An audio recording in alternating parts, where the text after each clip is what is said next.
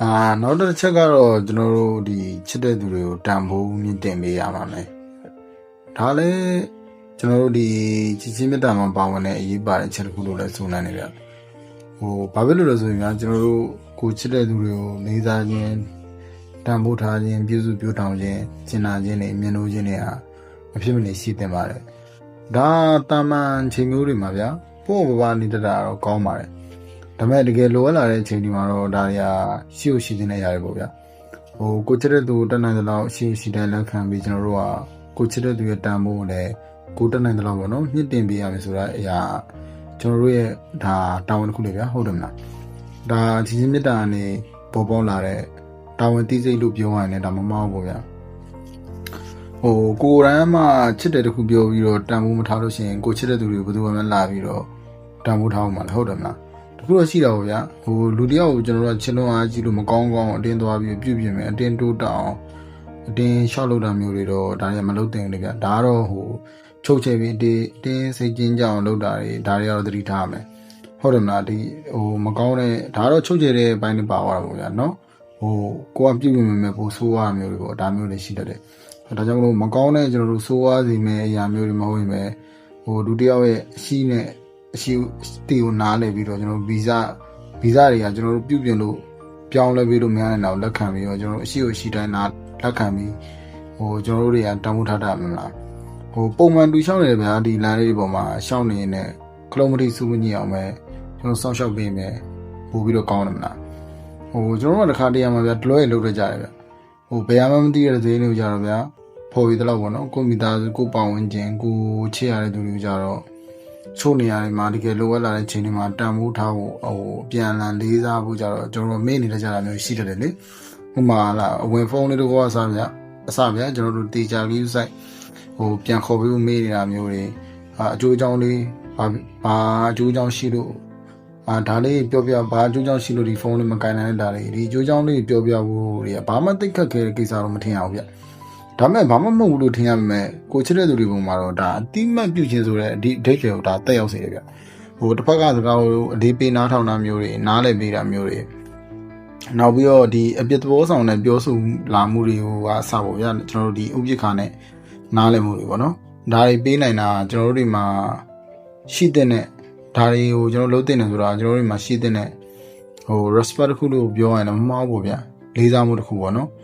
ဒီဘက်ကတိမှာဆိုကျွန်တော်တို့ဒီခေတ်ရည်စည်းကြောင်းရဗျာလူတွေအလိုဆန္ဒတွေလိုချင်မှုတွေကတိတ်ကိုများလာလေဒါတွေကလည်းမလုံလောက်တော့နည်းနည်းဟုတ်တယ်မလား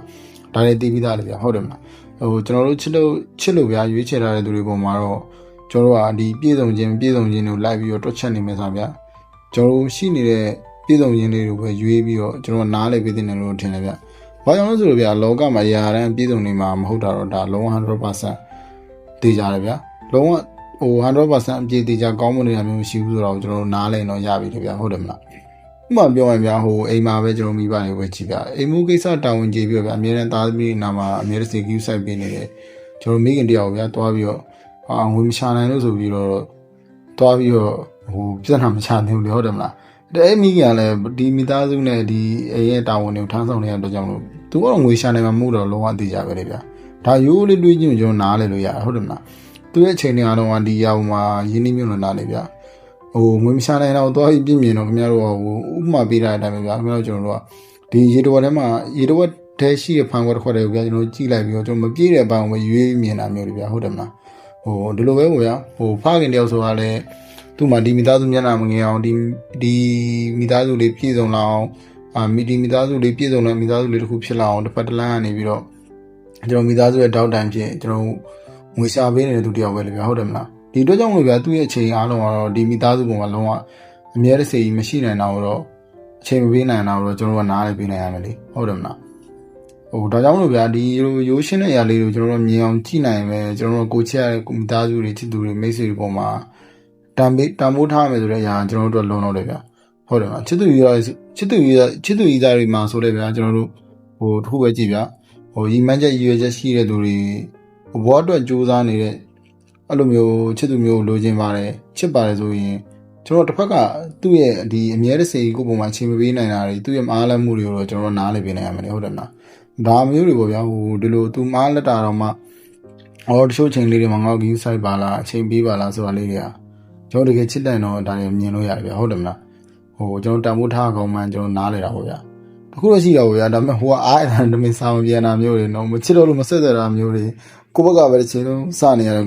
conversation တွေကိုတော့ကျွန်တော်တွားပြီးတော့သူကတော့ချစ်ပါတယ်ဆိုပြီးအတင်းလှုပ်ယူပြီးတော့အဲ့လိုမျိုးလို့ရှောင်းနားလည်းမနေဘူးတော့မှားခြင်းတယ်ဗျပေါက်ကြရမလို့နေမှာတက်ဒုက္ခရောက်မှာစက်ပါအဲ့ဒါကြောင့်မို့ချင့်သိတာပါတယ်ဗျဒါကြောင့်ကိုချစ်ရတဲ့သူတွေပေါ်မှာကျွန်တော်တန်ဖိုးထားဖို့ကိုတိုင်းလည်းလူတွေပေါ်မှာတန်ဖိုးထားတတ်မှလေကိုတိုင်းကတန်ဖိုးရှိတဲ့လူနားမှာရောက်နေတာလားရှိနေတာလားဒါတွေကျွန်တော်တို့အသိနိုင်မယ်ကျွန်တော်တို့နားလည်မယ်မလားဟုတ်တယ်မလားကိုတိုင်းလည်းဒီလိုတန်ဖိုးရှိတဲ့လူနားမှာနေနိုင်မယ်မလားဒါတွေကကျွန်တော်တို့အရေးပါပါတယ်နောက်တစ်ခုကကျွန်တော်တို့မေတ္တာကလည်းပေးတိုင်းလည်းပြန်မရဘူးဗျခင်ဗျားလက်သက်လုံးများတစ်ဖက်သက်ကြီးမေတ္တာတွေဆက်လဲတစ်ဖက်ကပြန်ရှိခြင်းမှချစ်တာဗျဒါကတော့ကျွန်တော်ပြည့်တာပြောတော့ဗောနော်ဟုတ်တယ်မလားနှစ်ပေါင်းများစွာဆောင်းဆိုင်နေပြီးတော့ချစ်ဆောင်းဆိုင်နေဗျချစ်တာငါရဲ့အချစ်ကတော့မှန်ပါတယ်အချစ်ကတော့စစ်ပါတယ်အချစ်စစ်မှန်တော့ပြန်ဆုံးပါတယ်ဗျညာပြန်ချစ်ပါတယ်ဆိုတာခင်ဗျားတူးရဲကြိုးစားနေလို့မရဘူးဗျဒါကြီးကလုံးဝမရှိဘူးလို့ကျွန်တော်မပြောချင်ဘူးဗျရှိနေရှိနေတယ်ဗောနော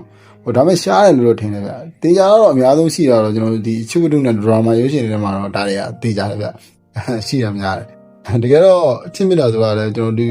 လူနှစ်ယောက်ကြားထဲမှာပဲရှိနေတာမဟုတ်ဘူးဆိုတော့ကျွန်တော်နားလည်ရမယ်ဗျဟုတ်တယ်မလား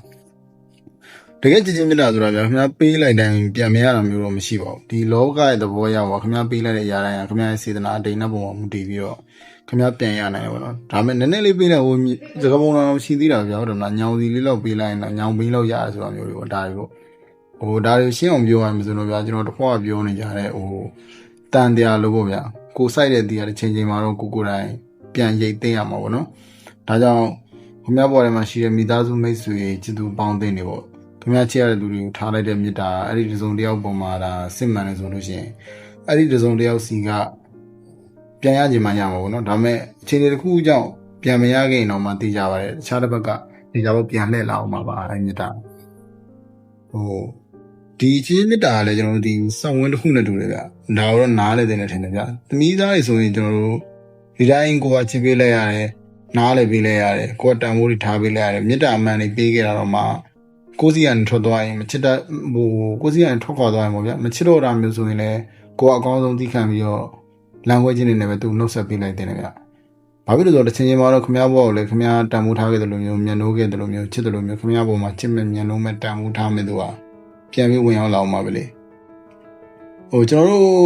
့နားလည်အောင်ပြောမယ်ဆိုပြကျွန်တော်လက်ရှိဘဝတွေကလည်းကျွန်တော်တို့ပြုခဲ့တဲ့ကျွန်တော်တို့အတိတ်ကံအတိုင်းကျွန်တော်ကြားလာတာမျိုးတွေလေဟုတ်တယ်မလားဒါကြောင့်လည်းတေချာရှင်းအောင်မှာပေးရမယ်ဆိုတော့ဒါဒီဘဝမှာဗျလူတယောက်ကတချို့လူရှိရပါတော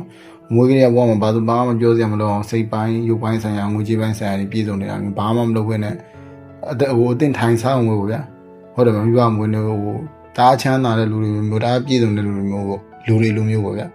ဒါတွေကလည်းသူတို့ကိုယ်တိုင်စိုက်ပျိုးခဲ့တဲ့သူတို့ကိုယ်တိုင်ပြန်ရိတ်သိမ်းနေရတာပဲလေ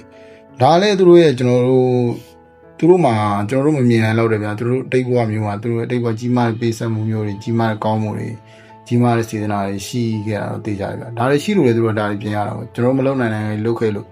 ့သူကကျွန်တော်တို့မနေနိုင်တဲ့ဘဝမျိုးမှာသူနေနိုင်တာပေါ့ဒါမျိုးပေါ့ဗျာဟုတ်တယ်မလားရိုးလေးပြောရင်ဒီသဘောပါပဲဒါကြောင့်မေတ္တာလည်းပြန်ပေးတိုင်းလည်းမရဘူးလို့တော့မထင်စေချင်ဘူးဗျာတေချာတယ်ခင်ဗျားတကယ်စစ်မှန်တယ်ဆိုလို့ရှိရင်အဲ့ဒီမေတ္တာတေချာပုံပြန်လာအောင်ပါကျွန်တော်ပြောတော့မေတ္တာကိုပြောတော့နော်ထွက်သွားတဲ့သူတော့မဟုတ်ဘူးဗျာဒါကြောင့်ကျွန်တော်တို့ကကိုနဲ့ပတ်သက်လာတဲ့လူတွေပုံမှာဗျာကိုကပေးနေတယ်လို့ကိုဘွားတော့ကိုနေငယ်တော့ငဲကွာမှာပေါ့နော်ပြီးတာနဲ့ကိုတက်နေတယ်တော့ပေးလိုက်ပါဒါတွေကလုံးဝအလကားဖြစ်သွားတာမဟုတ်ဘူးဆိုတာတော့ကျွန်တော်ဒီသိကြတယ်လောကနီယာမှာတခုကကျွန်တော်တို့တက်တည်ပြပါလိမ့်မယ်